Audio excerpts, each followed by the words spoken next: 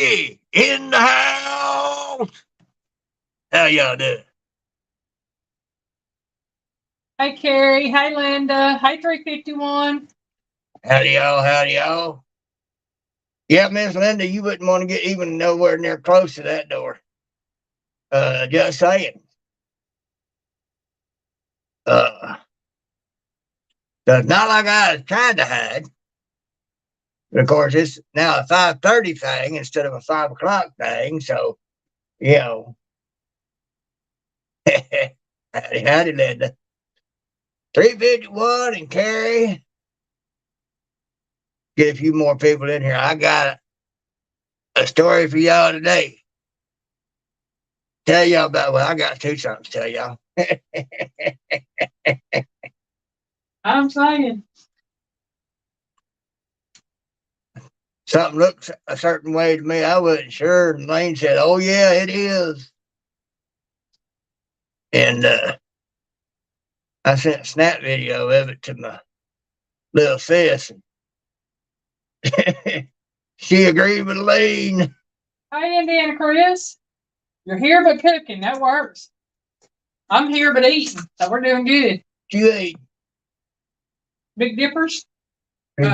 Oh, those. Okay. Yeah. Those little scoop things. Yeah. Indiana Chris, what you cooking? Something good, hopefully.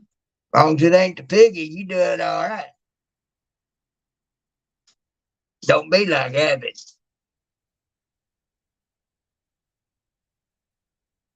Speaking of which, y'all, I think Abbott's live right now. He is. He's fishing. So, y'all can peek over there and say hi to him, too, if you want to. And everything, tell him we said hi. Hope he catches some big ones. Well, I dropped in and told him hi. Okay.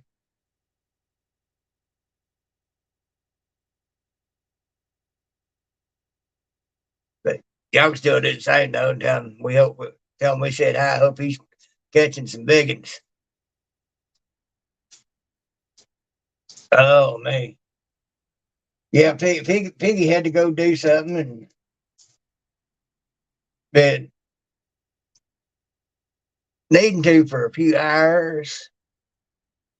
But every time I try, it's like all that would say, climb, climb, climb. And I'd have to quit my attempt and come back in here. And as soon as I did, it'd be faking again. But that, give it. That just ain't right. That's it. Molly, how you? Hi, Molly. All right. Y'all plenty enough to start. Folks, it's Sunday. And me and Elaine like to stay up a little late, especially on the weekends. And on the weekends, we can sleep in. Mm-hmm. Now, y'all know it's Sunday. I was sleeping pretty good. I heard something, and then I heard Charlie going off. Run into the living room. Elaine hollered at me from the bathroom saying, you're going to have to get that. I'm kind of occupied. I'm like, get what? Somebody knocking at the door. And I was like, oh, crap. I had to get up. I had to get dressed. I had to get me a dip. But folks, keep that in mind while I give you a little backstory. A few years ago, we had charter for internet. Spectrum, Charter, what do they call themselves? And they had gotten so bad. Service was all the time going in and out. And when it was in, it was going slow. And I checked all my equipment. All my equipment was fine, but it was still saying sluggish. That had to be the provider. So that was them. And they kept going up on the price. Up and up and up and up and up and up and up. And the worse they got, the more they wanted you to pay them. So Elaine got looking around and she found Ringgold and they've got a good thing going. So we tossed Charter and got Ringgold. We took Charter's stuff back to him. Go, hey, you're going to have to send it back to us. You got to take it to UPS. All right, done. So we took her stuff back. She made sure the bill was caught up, all like that. Well, after all that, they tried to claim we still owed them $70. Well, this morning on a Sunday, around 10 o'clock, there's that knock on. I finally get to the door. I open the door and I see this young man, not real young, 30s somewhere, Young to us. and had this blue shirt on with Spectrum on it. I was like, well, they either trying to still get that $70, and if that's not it, then I don't know what they doing here. So young man greeted me. We got talking, and he's going to try to incentivize us to come back to them. That anyway they could tip me to come back. I said, no. We had a nice long 45-minute conversation. We talked about different things, ideologies, philosophies, and he told me something, and I'd slam him shut, show him where he was wrong. And he tried to use something I had said previously to make his side of it bolstered up a little bit, and I'd slam him on where he was wrong, how business works, and everything. And I had to teach him the difference between capitalism and crony capitalism. And I told him flat out, I said, what you're talking about is crony capitalism, not capitalism. And he said, well, your name came up on the list, and people that qualified for this locked in price for 2 years. Fluff and stuff. Hey, Fluff, welcome in. And he showed me, showed me that thing, and I said, is this a government subsidized thing? He goes, well, yeah. And I said, well, no. I said, I don't want that. He says, well, that's what you pay taxes for all those years, was for stuff like this. I told him, I said, hi, Carrie. Carrie, she was in here early. Yeah. I told him, I said, no. I did all that work in taxes for what I get on my disability, not for other people to have to pay for subsidized things like this. I said, other people are having to pay for this right here. I said, so no, that ain't going to work for me. He's a nice guy. We were amiable towards each other. But I had told him, I got Lane out there and told him, I said, that's my CFO. You can ask her. I said, but I let him know. She, in no uncertain terms, told him no. I told him, with Ringo, we get a steady rate every month. They don't do no promotionals or deals or anything like that, so they can keep their price at one price. I said, and that's how it should be. And I ain't paying for a phone and an internet separate like you do with Spectrum. Right. Everything's all together. Right. And, and I told him, I said, they must be really desperate to be sending y'all out on a Sunday. He told me, he says, well, it's Monday through Friday, and every other weekend we can choose Saturday or Sunday. And he says, I do Sunday to observe the Sabbath. I said, oh, really? He goes, yeah, we're converting to Judaism. I said, oh, okay. I said, I'm going to respect your decision. I said, but you're still wrong. But,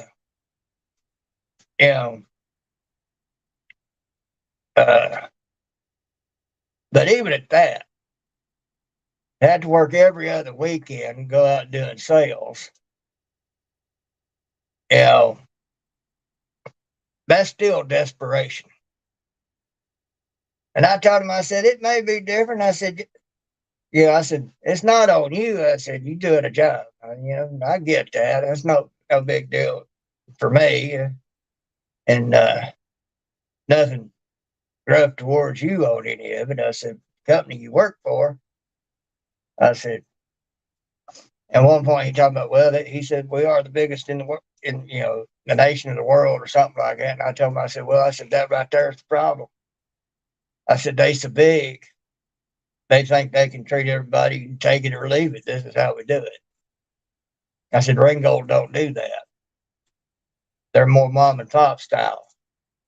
This is the price. And this is what the price will be next time, unless, of course, cost of living and cost of business goes up, then we will adjust our price accordingly. But that's the only time that's going to happen. I said, the charter, they just keep going up and up and up and up. And we talked a bit about how business works, and I gave him a little education on that. He goes, well, isn't it? And I said, well, that's the thing. He said, well, they get bigger, that's kind of harder and harder. I said, well, that's just it. A good business is not going to increase their size until they're sure that they can properly handle all the logistics of being that size. And I said, that makes them not a good business. Yeah. And, so he found out quick, you ain't going to want to try to debate it with me because I'll put it to you. And I put it to him. I said, and again, I said, nothing on you. I said, you just working for him. I get it. But, but got woke up on a Sunday to see if I could be wooed into coming back today. Not happening, dude. I told him, I said, look, I'll put it to you straight. I said, I'm the poor man on this block in this area.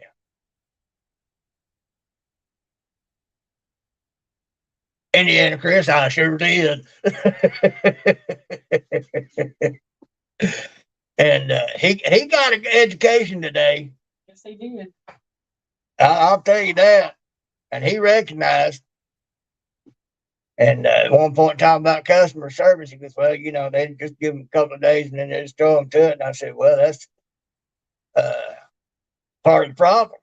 They don't properly train people. I said that again. I said, that's bad business. People should know exactly what they're doing and not treat people on the other end of that phone like they're stupid. I said, I've got a degree in computer engineering and electronics. So when we call them, they tell us it's on our end. I finally had to take the phone from her and get on there and let them know. So look, I got a degree in computer engineering and electronics. We've checked our end. It's not our end. Oh, there it is. I got it. Give us just a minute. I said, and I would tell them, yeah, exactly. And I told the boy, I said, but they like to get you on there and treat you like you're stupid. When in fact, they're stupid. Because they tried to pull some bull, blame it on the customer. It ain't the customer. It ain't on the end user side of it. It's on the provider side of it. And but I told him, I said, I'm the poor man on the block. I said, one time we needed trash service. I said, because rambling with the brubs, how you do it? What this, Scott?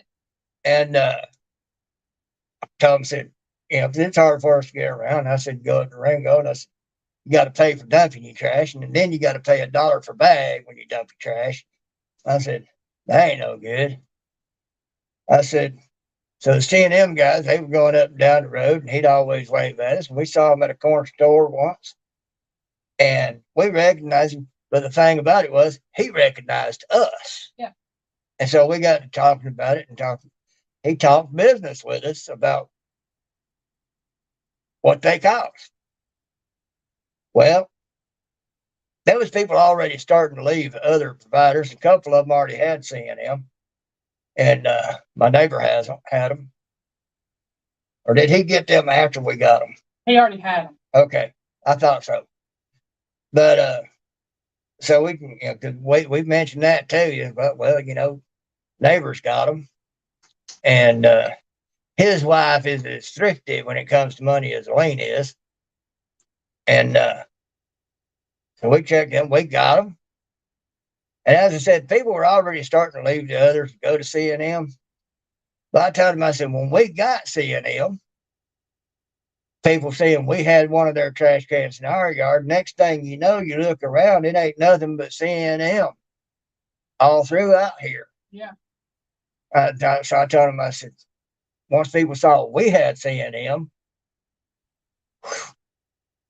everybody else was done. I said, well, people around here was already starting to get rid of charter when we was talking about it. I said, but when folks saw that we had Ringgold truck in our yard putting in Ringgold internet and all that, guess what happened? Charter was no more. And I told them, I said, and that's the reason why a lot of them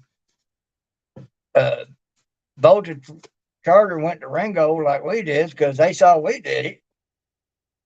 And we the poor folk on the block. Like, shoot, they do better with them. We know we can.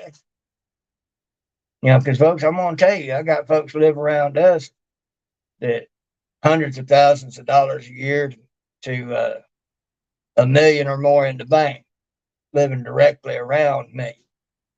They see me do something like that. Guess what? They're going to do it too, because they know if I'm doing it, they know it's cheaper. And they're great service. So, and that's what I told that boy today. And I said, so.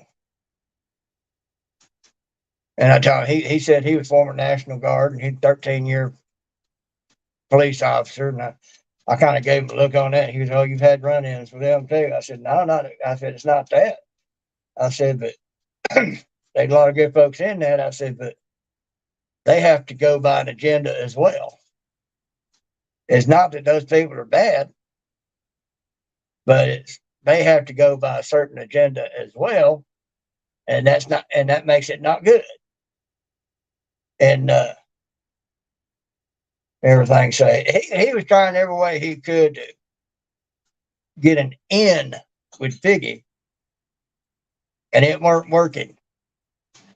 Now I did give him credit. I told him, I said, you do your job well. I said, and everything. I said, present yourself well and all like that. I said, but it's just you don't work for a good company. And the fact that also Piggy don't handle the money. Oh yeah, I told him that. That's why I told him, I said, let me get my CFO. And she handles all the money. I said, she sure does. I don't know anything about it. I was on Randy's live earlier today, and they was talking about that in Bay's place, Verna. And Randy was going back and forth talking about, they wondered what a old man bachelor pad would be like.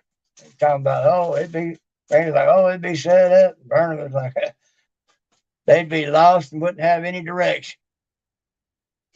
And I told him, I said, I'd have to agree with Verna. I said, first off, I said, old man bachelor pad probably looked like an old cat lived there.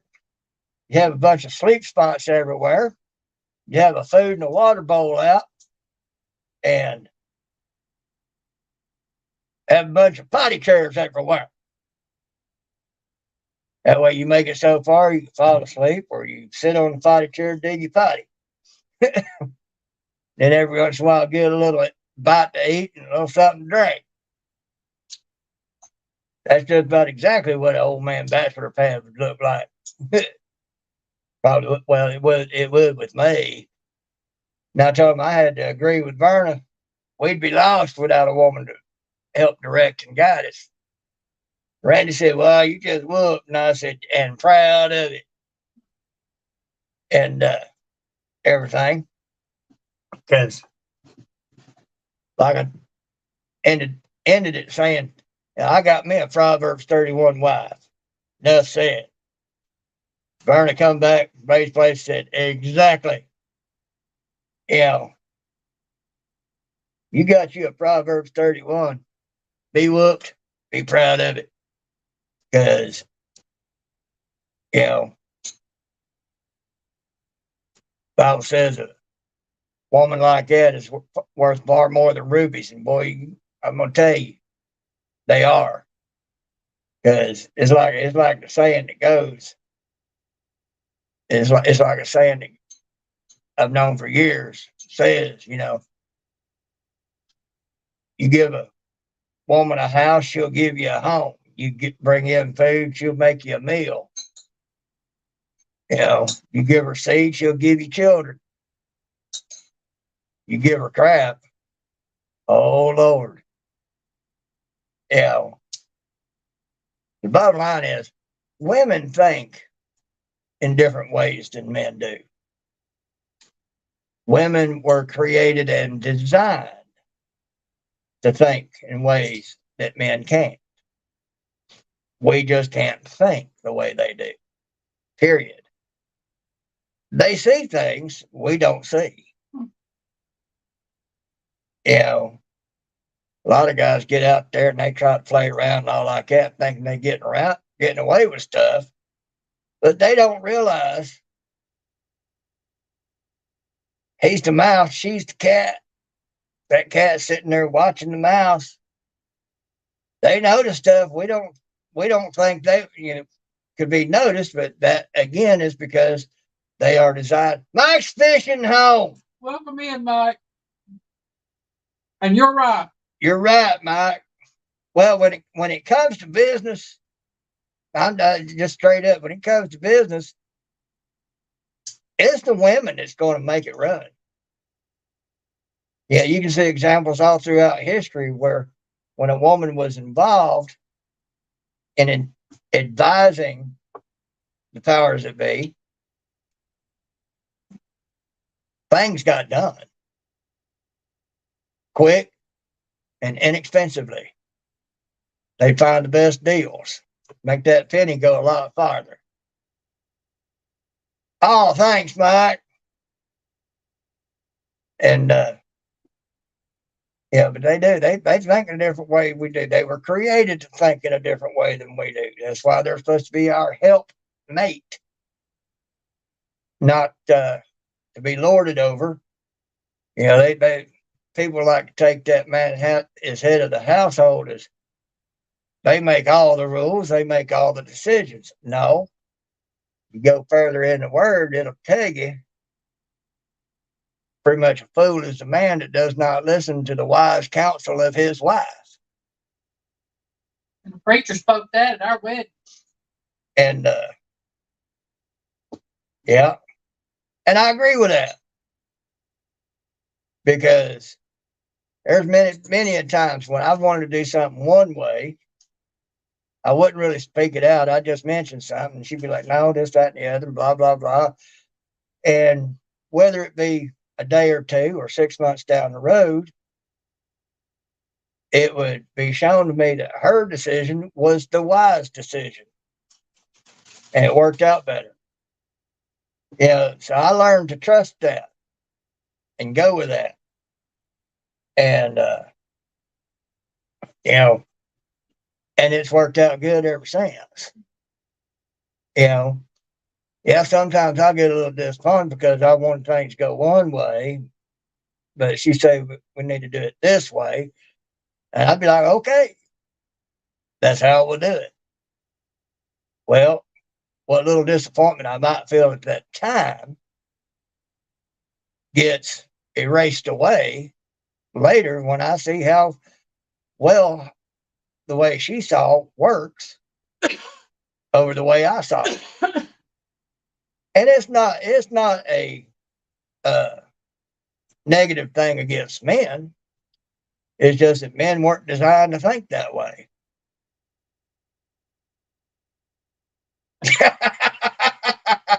Yeah, Mike. That's it. Johnny. Johnny. Well, Mike, you know, you can keep a dog on a leash, but you can't keep him from pissing on everything he wants to.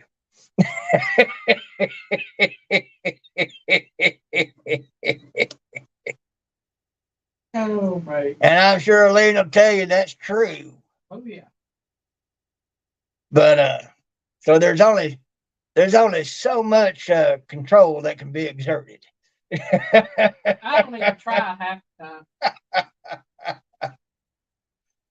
But anyway, me and that dude was talking and everything. I gave him a good education on things, but in the end, but he still wanted to give me that little card with the little QR code on it for that government subsidied program where I could get my internet for cheaper. Well, I said, yeah, but for how long?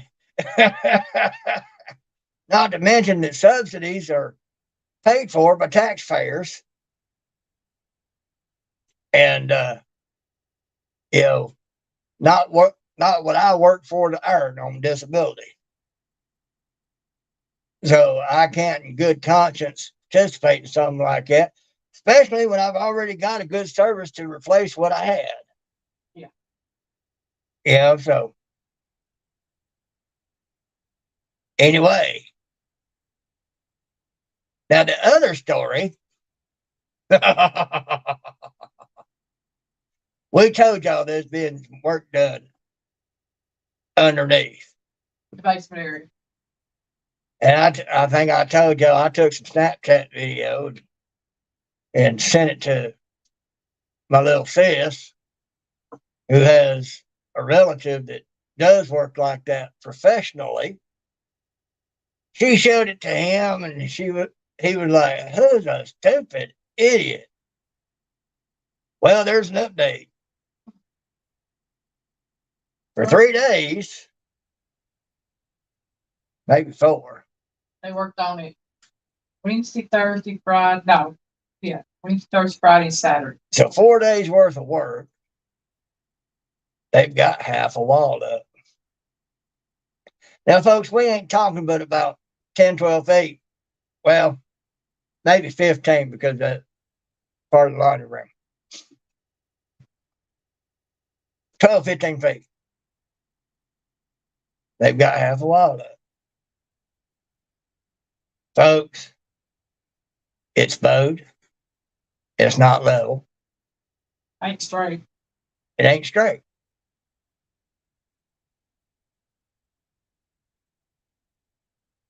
Well, thank you, Johnny. I appreciate that. I was asleep. I'd taken my old man nap. Hi, Jefferson Einstein. Yeah. Oh, really? Tell me about it. I'll have to go back and watch that. Yep. Well, after we're done, I'll put it up and we'll watch it. And so anyway, I took a snap vid of that too and sent it to my little sis. And on the first set that I sent her, and she agreed with Elaine. It's bowed neck straight. And then pronounced a unfavorable name for the people doing it. Oh, my. So, you know, I've been waiting for a moment to go down there and check on their progress. And down towards one end of it, they've got one block. Instead of sitting like this, it's kind of like that. So when they get up to the top, they're going to find a surprise. They're going to have to do some scraping, some chiseling. To fix. Put extra mortar in there, not worry about it. Well, no. Jefferson Einstein, Elaine said that. Also helps if you got a couple of levels in a square. And you can tell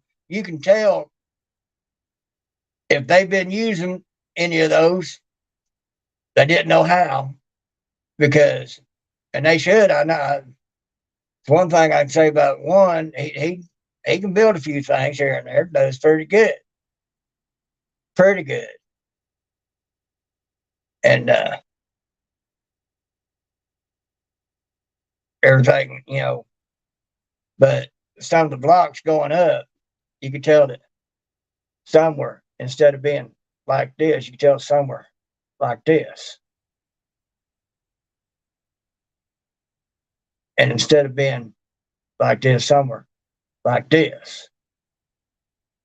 So, and I was told dude knows how to lay block. I can't tell. If he does, he don't get many jobs, and that's why he had time to be here to help him with that, because he ain't that good. He might know how to lay block. That don't mean he knows how to build a block wall. I can lay block on the ground, but I don't know how to build a wall. Well, I know to use. I can lay block. Don't mean it's going to be any better than what I just saw earlier. But I don't profess to know what I'm doing either. Exactly. That's the whole point. Yeah, I can get a chimpanzee out there to lay block. He might even do it better than I could. But it don't mean that it's going to be a good block wall. So I'm thinking he's one of those that says he knows how and does jobs, but they crappy jobs. I'm going to tell you. I wouldn't pay anything for that. Oh, Lord, Mike, that's funny.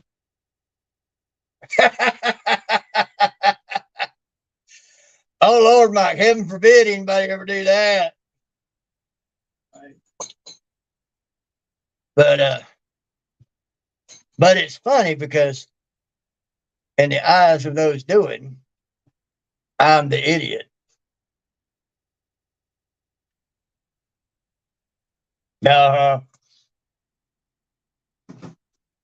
So those are my stories for today. Kind of interesting. But like I said, I educated that one boy. He'll be better equipped to deal with others after today.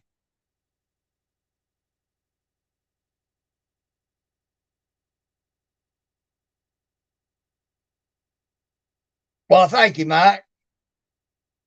Yeah, I figured instead of doing a video, I'd just go live and just jaw jack for a while, spend some time with folk. Whoever wants to come in, spend some time and shake their head at a short, fat old man, you know, hey, it's great. Maybe they'll learn something. Maybe I will. So, Johnny at Gillen Farms, we'll have to check out MT's live, do the replay, and check. Dad gummit got a frog in the piggy throat. What a thing, what a thing.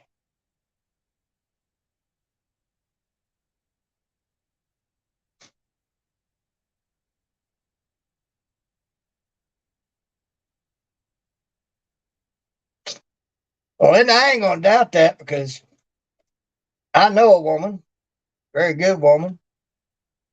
She had a bunch of woodworking tools in her garage. Nice woodworking tools, old style.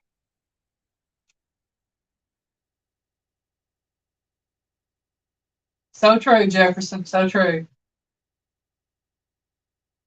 All right, Johnny. I'm sure I will. And yeah, I thought, shoot, I'd like to have those.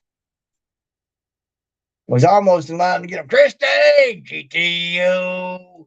Hey, Christine. You're not late. You're right on time. And then she took us in her house and she showed me, because I was interested in woodworking, she showed me some pieces that she had made. Furniture, people, furniture. Still don't have it pie chairs back in, putting your pie. And folks, I'm here to tell you, if you didn't know, you'd think these pieces were made by a major master craftsman. Folks, this lady was a master craftsman. Because the pieces she showed me were the work of a master craftsman. They were high end. Ain't no doubt about it. You know, wow. I mean, I was just dumbfounded. You know, here's this older lady, brought up right, very good lady. Not only knew what something about woodworking, but was a flipping master craftsman at it. Because all that stuff. Ginger, not for nothing. Hi, Ginger. Welcome in. Well, you do what you got to do, hon. I appreciate you listening in. And so, Linda, I ain't going to doubt you on saying no, you know how to lay block. A lot of people do. You just don't know unless you have a situation where you find out. But, you know, but we built the units in here for the kitchen. I helped Elaine make those. She designed them, did all the measurements and everything, designed them, what she wanted. And I helped her by handling most of the bigger pieces, but she did a lot of the solid, measuring out, lining up, and putting a lot of the screws in. Now, I had to put a lot of screws in because she had a hard time handling that drill. But we didn't have the best, we didn't have anything near the best tools to work with. So Didn't have the best wood to work with either, but we did it. But we did it. So a good 90% of those units she built. Yeah, I'd help her hold stuff up and whatnot. So I am a huge fan of the woman because a woman puts her mind to it, they ain't a dang thing she can't do. Yeah, Ginger, both the Gillums are in here. There's Johnny and Christine GTO. Well, Christine, you get a little time, get into it. Yeah, a good way to start would be get you a simple little rotary tool kit and some simple pieces of old wood and experiment on those doing little things. And if you really want to learn, I can send you to a content creator that's a master craftsman that you can learn a lot from. His channel is Stumpy Nubs, STUMPYNUBS. It's kind of a joke. His name is James Hamilton. And folks, he's got the creds. He was honored here a year or two ago because some world-renowned master craftsmen invited him up to come teach with them. So She's a busy lady.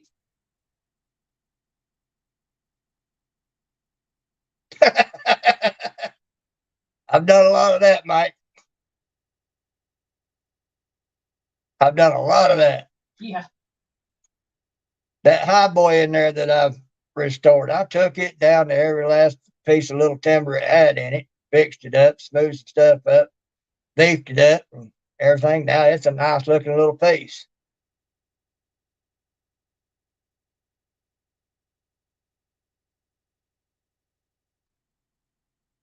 Sammy! Hey, Sappy. Yeah, Linda, what you want to do is you want to find some find you wood that has been kiln dried. That way it's ready to go. And just work with that. But just get you a small rotary tool set. Uh, invest in you some burrs to go with that set. The burrs you can use for carving things out. And Stumpy Nubs has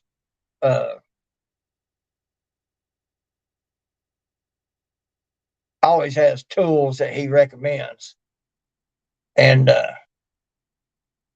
now some of them are a bit on the expensive side, but you get a good quality tool. Oh, yeah. You know, kind of like you get what you pay for. It's kind of like a kitchen sink. You can go to the dollar store, get you one of those $5 things, $10 things, and replace them once or twice a year. Or you can bite the bullet and buy you a $200 or $300 kitchen faucet, put it in, not worry about it for 30 years. Stumpy Nubs, STUMPYNUBS.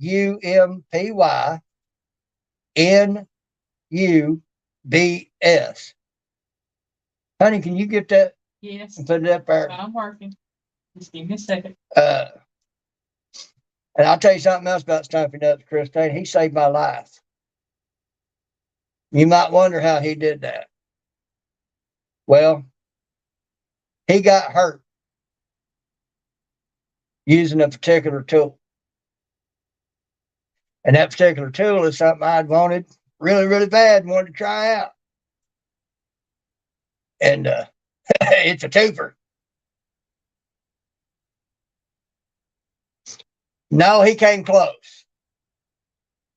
But he wears a thick leather apron when working with some tools. And it's a good thing he did, or he wouldn't be here. But anyways, one of those little circular saw blades, chainsaw blades that you put on a grinder. I wanted one of them so bad I couldn't stand it. But now y'all keep in mind, I'm disabled, got nerve damage. I can't handle things as well as I used to. Don't have the strength I used to. Stumpy has probably 30 to 40 years of experience working with wood and other things. And he's very knowledgeable. I mean, he is a master craftsman. So, I mean, you know.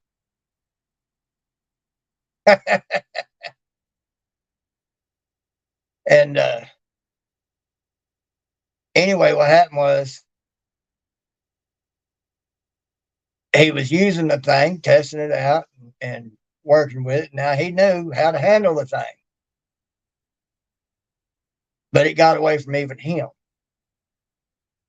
when he was working on a piece. And when it did, it flipped back and caught some of these fingers just enough where he had to have some surgery and some things reconnected and whatnot, but not cut off. You know, not real deep, but deep enough to affect nerves and stuff. And then it came back around and hit him in the stomach. That's why I said, you know, if not for that leather apron he was wearing, and I'm talking a thick one, it would have gutted him. Yeah. So he wouldn't have been there to make a video about it. Well, that's how he saved my life, because once I saw that, I knew I had no business with one of them tools, because that would have been just asking to kill myself, because I wouldn't have known how to handle it. First off, I'd have known to be careful, try to keep it away from me. But when I saw his technique, he'd done a good technique.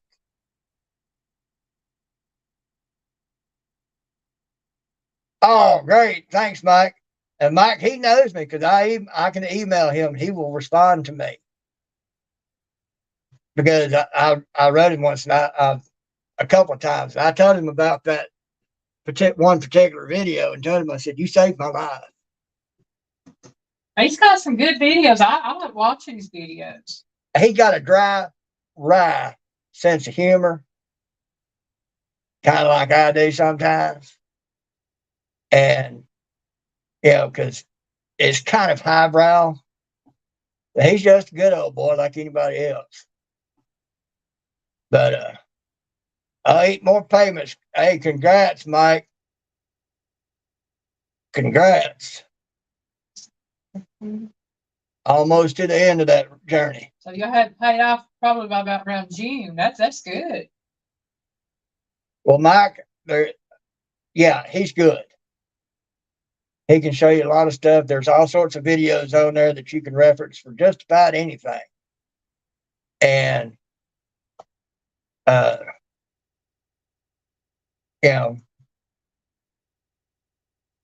he might not know me as, he'll know me as Piggy. He's had my emails. And Mike, one thing you'll like about his channel, he has everything pretty much color coded and playlisted. Whether it's about tools or about a different thing, or if it's an actual making something video. Yeah. I don't like that. He has everything situated out, and you'll know which video it is because of the color around the thumbnail part of it. Christine said, "You had me at color coded." Yeah, he's very organized, Christine. Yes. He really is. I mean, he's a professional. And he's probably worth a few mil, because he's got a good following on YouTube for one. He's wrote books for another. He used to coordinate things for PBS and doing shows at one time. He's professional and very organized. Oh yeah, he's very smart about his channel. Mike's Fishing Home, he can tell you the history of a tool. He can tell you the history of where a technique came from. I mean, he not only knows woodworking, he knows the history of it. Oh yeah. He is a very educated man about his craft. So he got big because he knows his crap and craft.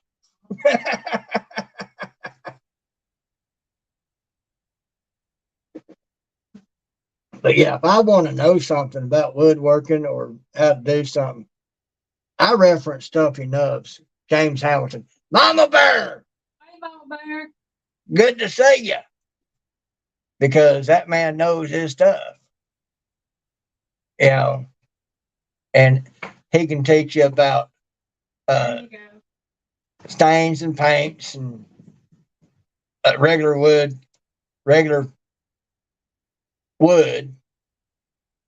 and plywood or MDF or any of it. The man knows his stuff. He can teach you how to sharpen your blades in an inexpensive manner, all the way up to,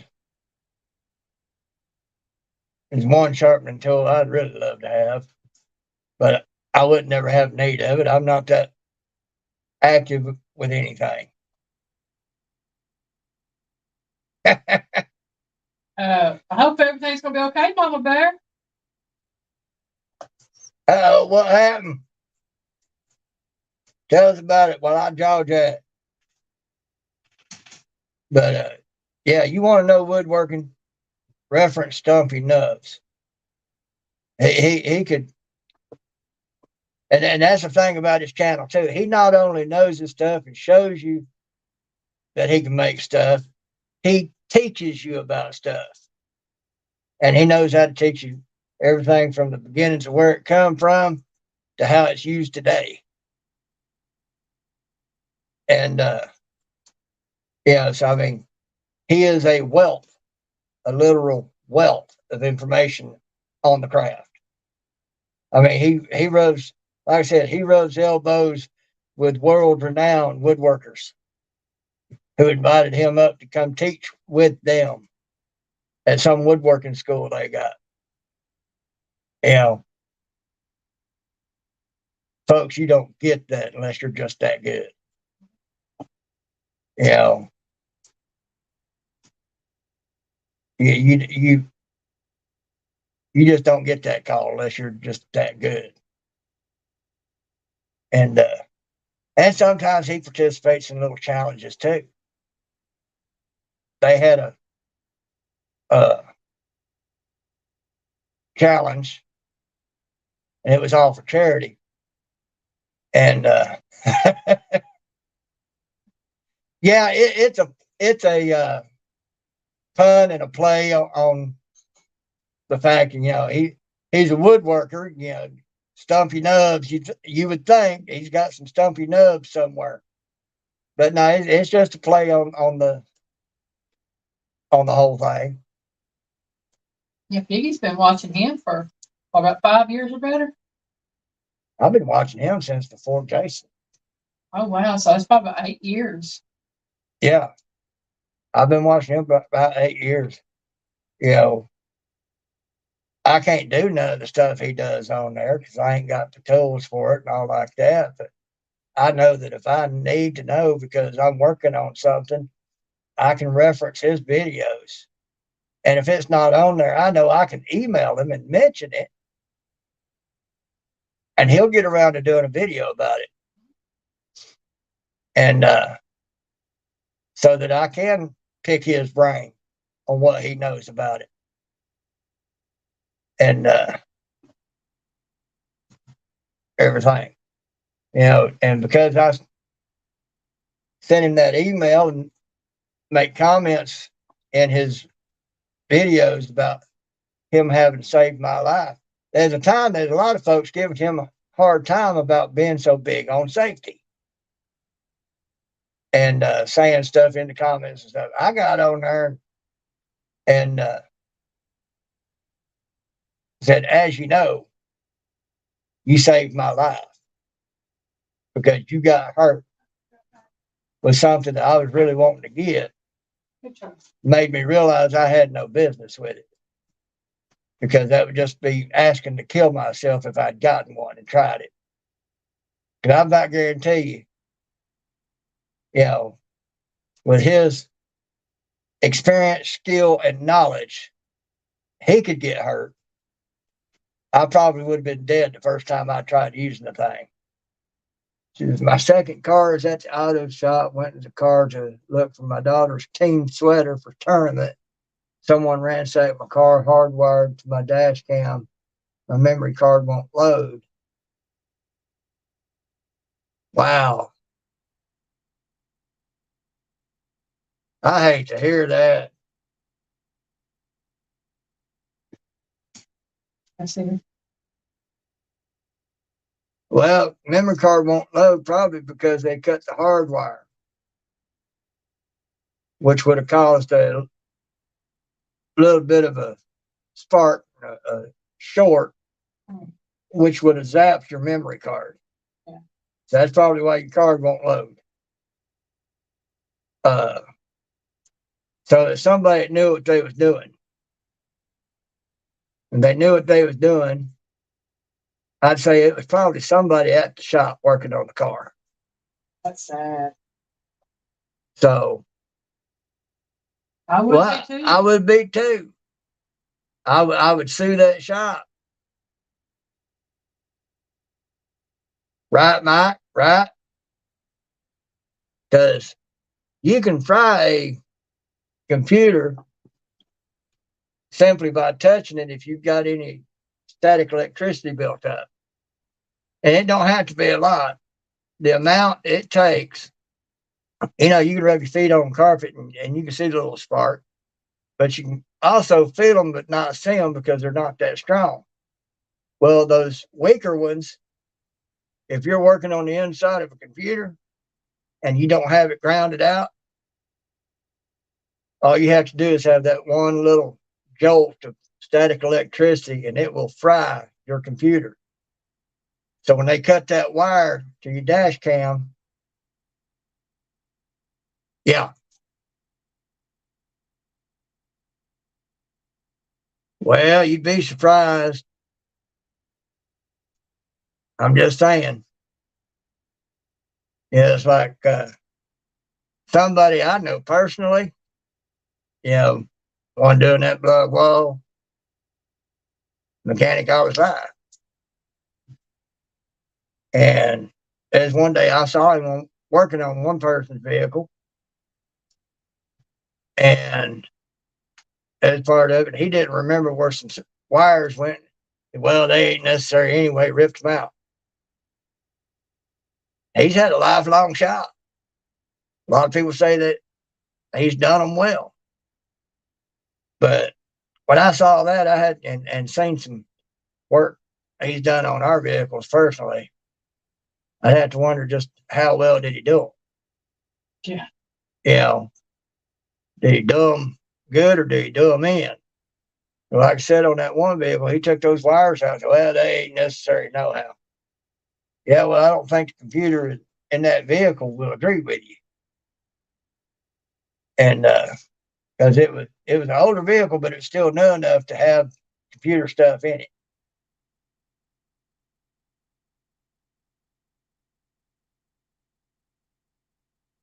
Huh. Do you know if they've checked into that camera yet? Because I'm going to tell you, if there's nothing on that camera showing a possibility, is somebody in that shop. Not necessarily the people that own it, but maybe somebody works for them. Yeah, we take ours when we can afford it to a shop that I know is reputable. They've grown a lot over the last 20 years. I mean, they're huge by comparison now. But it's because they consistently put out quality work for a decent price. And, I talk and joke around with the boy that runs it now. And he told me one night, I told him, I said, that's the thing right there. I said, integrity and honesty. I said, that's an honor. I said, and I told him, I said, that's why I like dealing with y'all because, they had to make good on a couple times, one time on their guarantee because they had to go back in and fix something that they'd worked on.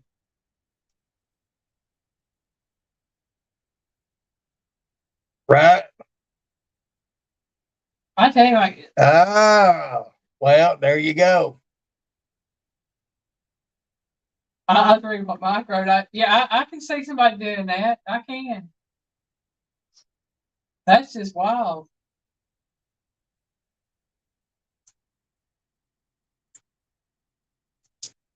Wow.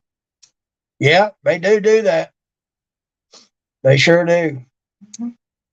Yeah. I hope it ain't the shop, but I wouldn't rule it out. And like you say, if they have hired new employees recently, they might be looking for a little extra money to get them up on their feet while they're waiting on their paychecks. So. Yeah, that's what it is for WeGo, Mike. You take the car, you take the key out, lock the door, and give them the keys. Yeah. That's what we do when we go in. We don't have to lock the doors to the one we go to, but when we do go in and they get to us, we hand them the key. Mm-hmm. And of course, I also set my seat back so they don't knock their knees off getting in. Don't let him fool y'all. He sets that seat back every time he gets out. And he'll scoot it up when he gets in. And he'll push it all the way back for him to get out. Because it's easier for me to get out, but it serves a dual purpose.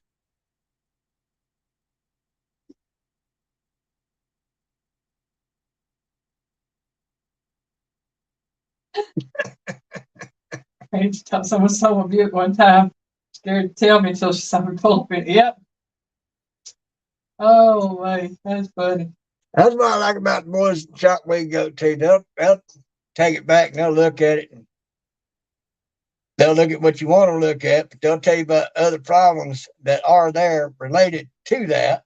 They don't do any work unless you authorize it. That's it.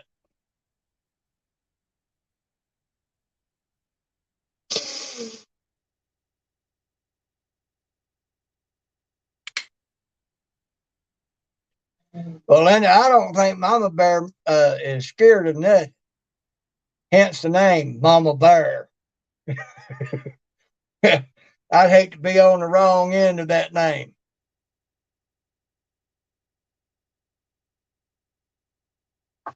But She'll be at school. yeah. But yeah, that's sad that happened. So I mean, yeah, I hope you get it resolved, and I hope they find who did it, and you get recompensed for it. Everything, because that's just sad. It's just sad. Yeah. But anyway, on the woodworking, Stuffy Nubs. You want to know something? He can show you.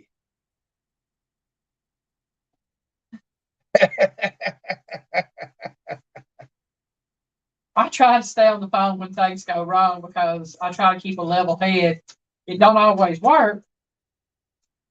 Yeah, I had to make her give me the phone here recently on one and put a guy straight on some stuff.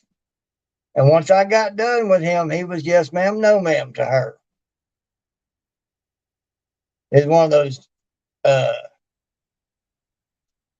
customer service people in India where they think women are second to men. And he was treating her like that on the phone. And I got on the phone and I told him point blank, I said, dude, let me tell you something. I said, she takes care of all my finances. She's done it this way for so long. Y'all went and changed something up. I said, you're going to fix it, make it back right, make it to where she can do what she needs to do. I said, you're going to treat her right about it. When I gave her the phone back, he was yes, ma'am, no, ma'am. Well, it was, I was trying to pay a bill and they had put a secondary security thing on it.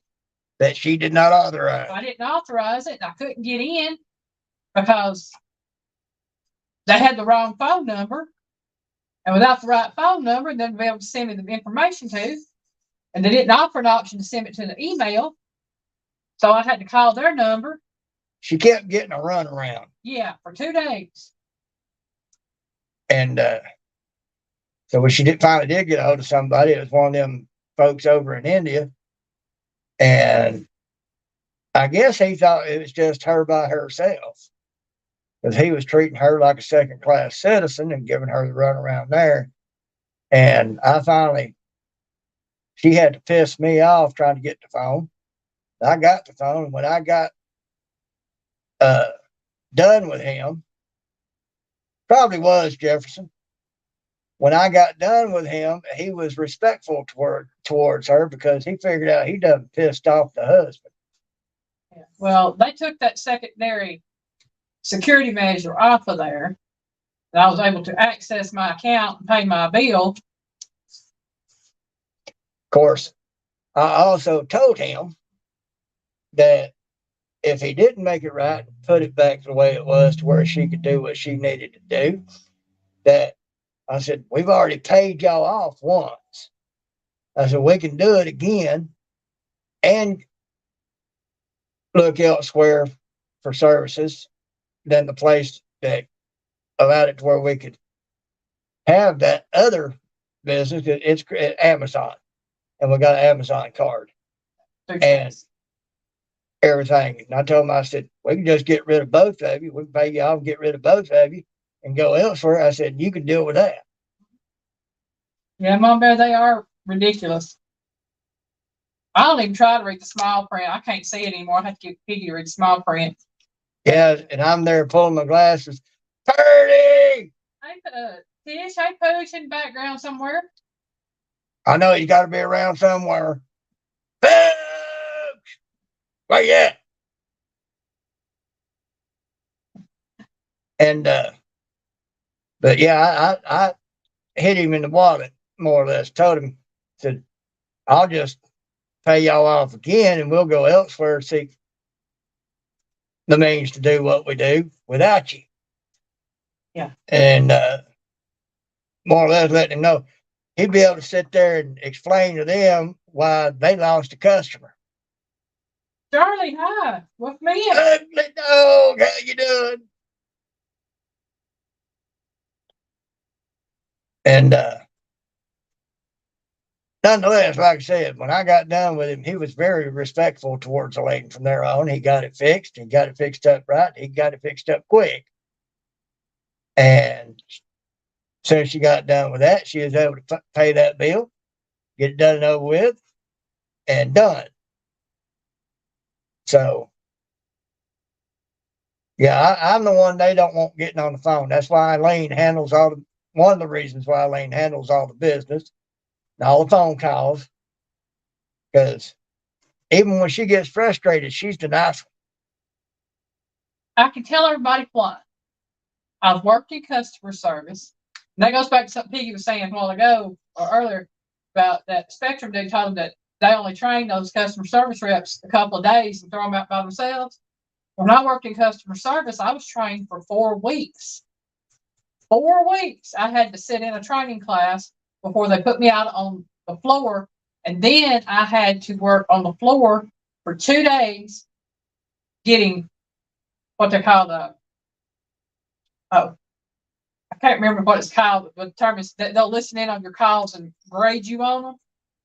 And I had to get 3 grades above an 80. I had 100 on all 3 of mine before I was allowed to even be able to work there on the floor. If I hadn't passed, I would have been let go after the 4 weeks of training. Right. But so I've had the customer service training. I've had to deal with people over a phone. And so I try to treat people the way I want to be treated when I talk to them. But then there's sometimes they just get downright rude with me and I just get snippety snappy and let them have it. Right. Yeah, so that's why she's good at phone. When I have to get on there, it ain't pretty. He just tells them how it is. I do. I saw how, I should say, I heard how he was doing her, and he knew I caught on to that, and I basically called him on it and letting him know that she does that for me and that she takes care of it and that he would get it fixed right, and everything. So when I got done with him, he was respectful. Yes, ma'am. No, ma'am. And he got it done quick. So, of course, letting him know that we'd pay him off and pull our business from him. He knew that would be his job.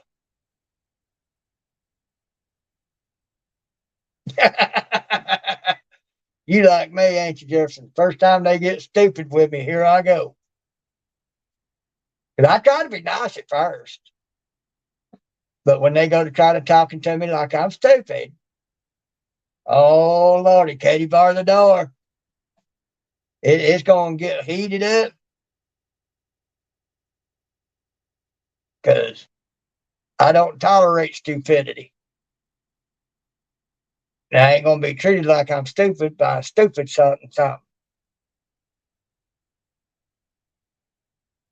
So, oh, me.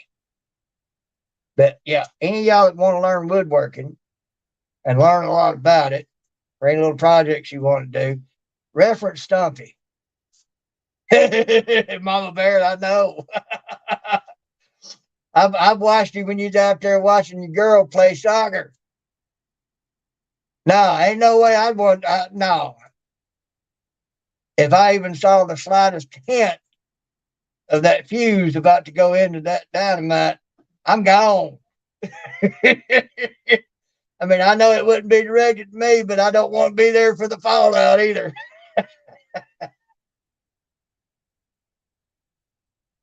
I tell my phone calls are being recorded by the phone company. Ooh, good one. Yep. That would be a good thing right there. Yeah, Mama Bear, I've known for a long time. You ain't one to play with. You stand for what's right. That's me. Yeah, I when I see a mama bear, whether they got their youngins with them or not, you can tell a woman that's a mama bear, and you can tell ones that are just being stupid. You see a mama bear, and you see the slightest hint of an explosion about to happen, you better get out of the immediate vicinity. Well, that's a good thing. You're supposed to push them.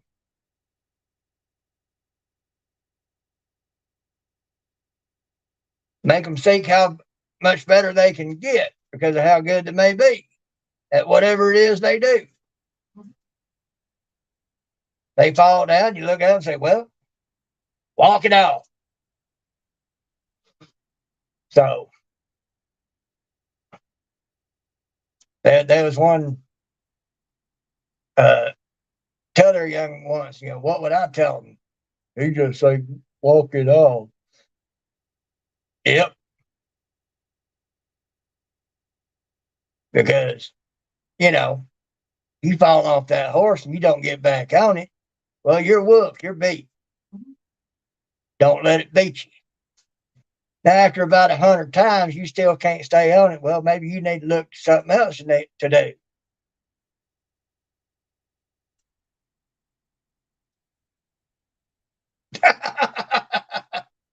Mama Bear, you don't need much vocal workout. Remember, I've heard you on those videos. I about bet, I about bet, as bad as my hearing is, if I'd been there 2 fields away, I'd been hearing you. You got an awesome set of lungs. They work well.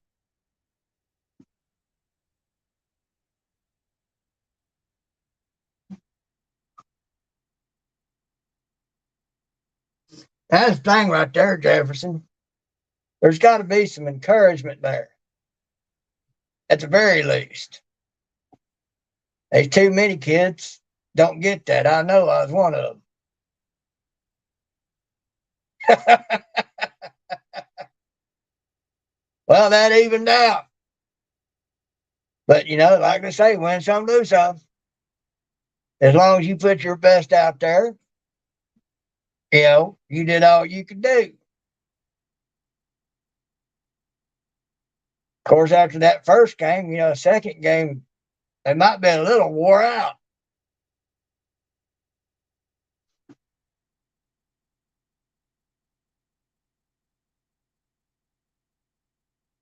Well, now that's Elaine. She got a voice that carries. When I apply it, well, even when I don't apply it. Even when you don't apply it. You know what that's from? Honestly, it's from growing up in a family of loud people, trying to be heard over a group of loud people. Yeah, I don't have a voice that carries at all. It's just, now I can do Marine Corps voice if I have to. Did that on a waiter one night. He kept saying he couldn't hear me, and I was raising my voice up so as to be heard, but not be belligerent. Well, at one point I got tired of him. I went Marine Corps voice and embarrassed him. No, don't you stop. Don't you stop a bit. A lot of times that's a good thing. Yeah, if he got a hard time handling that, tell him put his hands over his ears until you're done. Or bring some earplugs with him.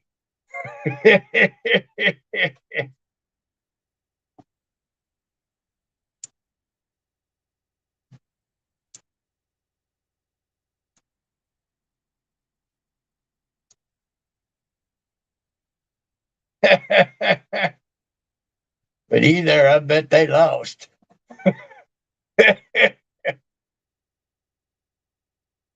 Oh, me. Well, folks, Stumpy Nubs for woodworking. Charter come a calling on a Sunday. And that joke that's going on downstairs.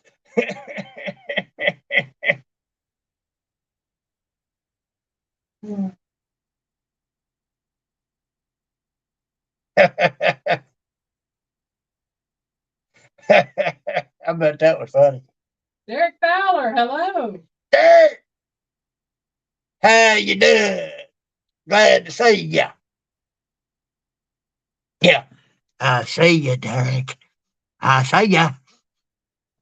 Oh, Lord. Yeah, I live with this 24/7, 365. Hey, you got to have fun where you can have fun. Yes, most definitely. Most definitely. If you can't do that, you're just even more sad sack than I am. Oh, right. Derek, we've been talking about a couple of stories from today. One with I got woke up this morning by a sales rep from Spectrum wanting to try to woo us back to them. Ain't no wooing. I ain't going.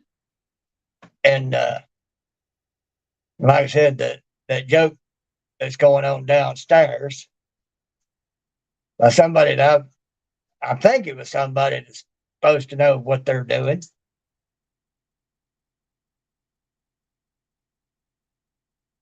Well, Derek, that just goes to what I always say.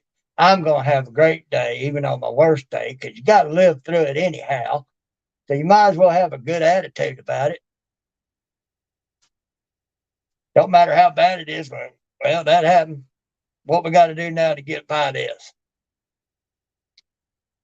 So, yeah, I mean, that's just how you have to do. If you don't, you get down in the woozy, wowsy, wowsy, woo woo. You're going to make it 1,000 times harder on yourself because you're looking at it bad. You know, something bad happens, there might be something good come out of it.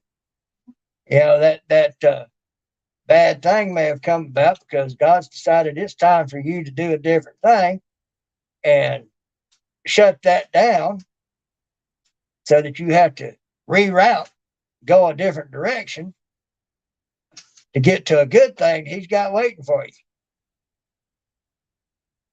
Well, that's why The Broken Road is one of the songs we had played at our wedding, because our lives are exactly what that song says. You know, and God bless the broken road that led me to you. You know, that's exactly how it is with me and her. Because me and her both been down some bad roads. That's right, Derek. Got to pick yourself up. Keep going. Pick yourself up by them bootstraps and keep it going. That's it. You know. Just dust that bad juju off when you do. Yep. Yes. I guess I get some of that from when I was in the Marines. You know, one of our sayings was do or die. Well, if you still breathing, keep going. I mean, you know, you got two choices. You need to keep going, figure it out, and struggle with it till you get there, or you can just curl up and die. Well, that second option ain't an option. Because, you know, then you've let it beat you. You know, in the end, it might still beat me, but you know what? It's like that fourth pugil stick fight I had in the Marine Corps. My first three, I knocked them out.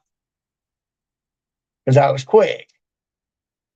I'm about blind as a bat. Didn't have my glasses on so I couldn't really see that well. I'm about deaf, so I can't hear that well. So when I was out there on instinct, and I had a technique where that whistle blew, I came straight up because most of them were taller than me. Boom, automatic knockout. They gone. That fourth fight, they pitted me against a guy that was used to going up against two fighters, and he would knock them out. And he was 350 pounds if he weighed an ounce. He was easily 2-3 times my size and nothing but muscle. And they pitted me up against this monster. That whistle blew. After about 10 seconds, they're supposed to blow the whistle again if the fight hadn't concluded. I'm going to tell you, if that was less than 10 seconds, that was the longest less than 10 seconds I've ever lived in my life. Because I was quick as a rattlesnake, and guess what? So was he. Piggy thinks that each of them seconds was a minute. An hour. An hour. In the end, he won the fight.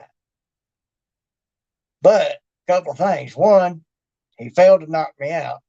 Two, I got up. Three, all my buddies were going ape crap. You're not Mama Bear. You have not Mama Bear. All my buddies were going nuts because they saw me. They saw the blow I took, and they saw me get up, turn around towards them, and walk back to my side. Needless to say, that was the last loss for my platoon. There's a couple of boys on the other side got their arms broke. One of them got his arm broke 2 places in the elbow. Calicut. We had one guy we called Animal. He done broke a guy's arm. And that said, he broke another guy's arm. And Calicut, I said, hey, Calicut, heard you broke a guy's elbow. He 2 places. That was his reaction. We're a bunch of nuts. But my having got back up after taking such a blow. Now, while we was going round and round, I saw my DIs and his DIs over to the side, sitting on the ground doing this. And I was like, oh, God, this was a setup.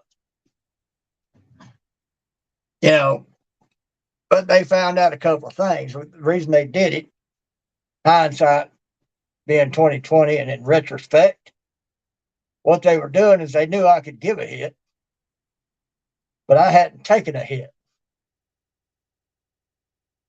And coming from such a mountain of a man, first of all, they wanted to see if I would go through with it or just fall down. And 2, they wanted to see if I could take a hit and how well I could take it. Well, they found out. Of course, I'm sure things weren't too good for the other fellow when he got back to the barracks because he failed to knock me out. Because let me tell you, he wasn't pulling no punches. Because when he connected, I didn't feel no pain. He hit me on this side of the head, my left side. And as soon as he did, I was looking 20 feet to my right, looking for my head. That's how hard he hit me. I thought he had knocked my head off. And that's how senseless I was because I was sitting there trying to look for my head. But I was still breathing. All them little birdies had him flubbed up, yeah. Oh, yeah. All them all those folk cartoonists, Well,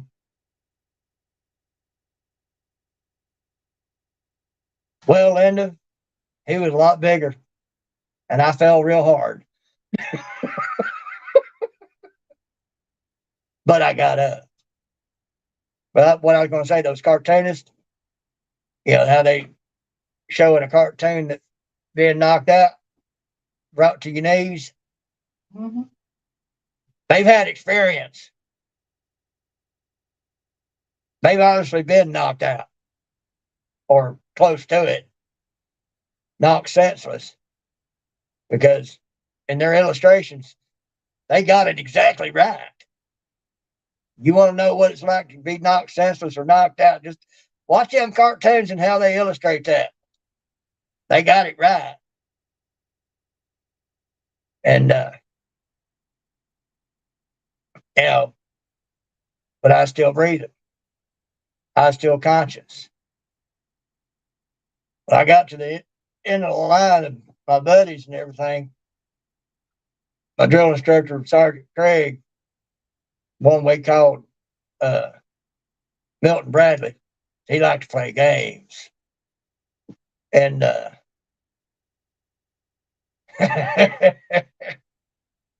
right, Linda? And he met me at the end of it, had a little concern in his voice. Sanford, you all right? Sir, yes, sir. Think you can make it back to the barracks? Sir, yes, sir. And I guess he watched as he watched me walk towards barracks doing this, wobbling like the worst drunken sailor you'd ever seen in your life.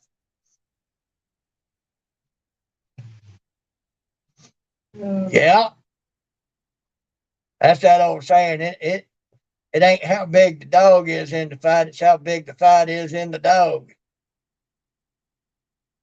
They some of them smaller dogs, they just flat out mean. They know it's going to hurt anyway, so they might as well go all in.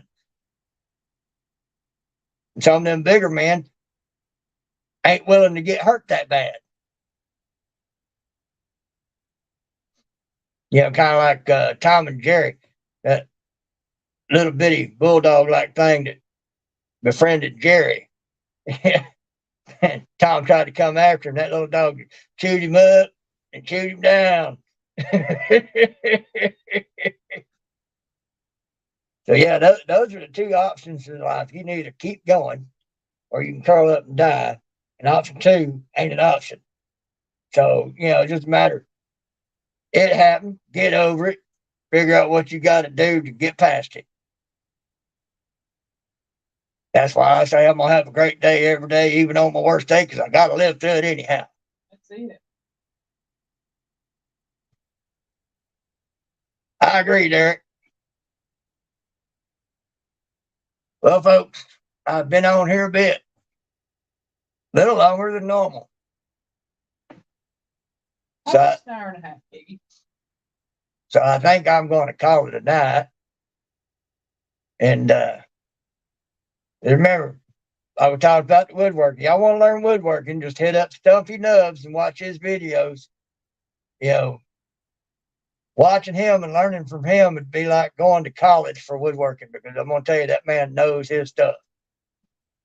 And you too, Jefferson. So, all that said, Piggy loves you. Night, y'all.